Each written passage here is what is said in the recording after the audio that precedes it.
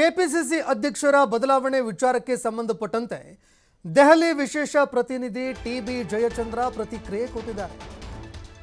High command ಯಾವ ನಿರ್ಧಾರ ತೆಗೆದುಕೊಳ್ಳುತ್ತೆ ಅದನ್ನು ಕೂಡ ಕಾದು ನೋಡೋಣ. ನಮ್ಮ ಹೈಕಮಾಂಡ್ ನಿರ್ಧಾರ ತೆಗೆದುಕೊಳ್ಳಬೇಕು, ಹೀಗಾಗಿ ನಮ್ಮ ಹೈಕಮಾಂಡ್ ಯಾವ ನಿರ್ಧಾರ ತೆಗೆದುಕೊಳ್ಳುತ್ತೆ ನೋಡೋಣ ಅಂತ ಟಿಬಿ ಜಯಚಂದ್ರ ಹೇಳಿದ್ದಾರೆ. ಎಲ್ಲರೂ ಬಾಯಿ ಮುಚ್ಚಿಕೊಂಡು ಇರಿ ಅಂತ ಖರ್ಗೆ ಅವರು ಹೇಳಿದ್ದಾರೆ. ಆಡಳಿತದ ಕಡೆಗೆ ಗಮನ ಹರಿಸಿ ಅಂತ ಹೈಕಮಾಂಡ್ ಸೂಚನೆ ಕೂಡ ಕೊಟ್ಟಿದೆ. ಕರ್ನಾಟಕದಲ್ಲಿ ರಾಜ್ಯಾಧ್ಯಕ್ಷರ ಬದಲಾವಣೆ ಆಗುತ್ತೆ ಅಂತ ಹೇಳಿಲ್ಲ. ದೆಹಲಿ ವಿಶೇಷ ಪ್ರತಿನಿಧಿ ಟಿಬಿ ಜಯಚಂದ್ರ ಹೇಳಿಕೆ ಕೊಟ್ಟಿದ್ದಾರೆ.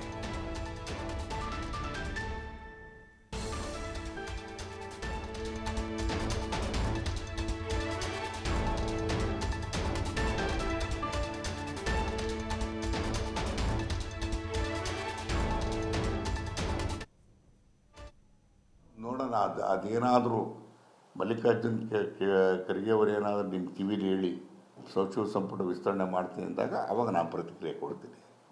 ಎಲ್ಲ ಒಂದು ಕಡೆಗೆ ಕಾರ್ಯಕರ್ತರಿಗೆ, ಅವರು ಪಕ್ಷದ ಅಧ್ಯಕ್ಷರು, ಅವರು ಕಾರ್ಯಕರ್ತರಿಗೆ ಎಲ್ಲ ಒಂದು ಕಡೆ ಕಾನ್ಫಿಡೆನ್ಸನ್ನು ಕ್ರಿಯೇಟ್ ಮಾಡಬೇಕಾದಾಗ ಒಮ್ಮೊಮ್ಮೆ ಆ ರೀತಿಯಾದಂಥ ಹೇಳಿಕೆಗಳನ್ನ ಮಾಡಬೇಕಾಗ್ತದೆ.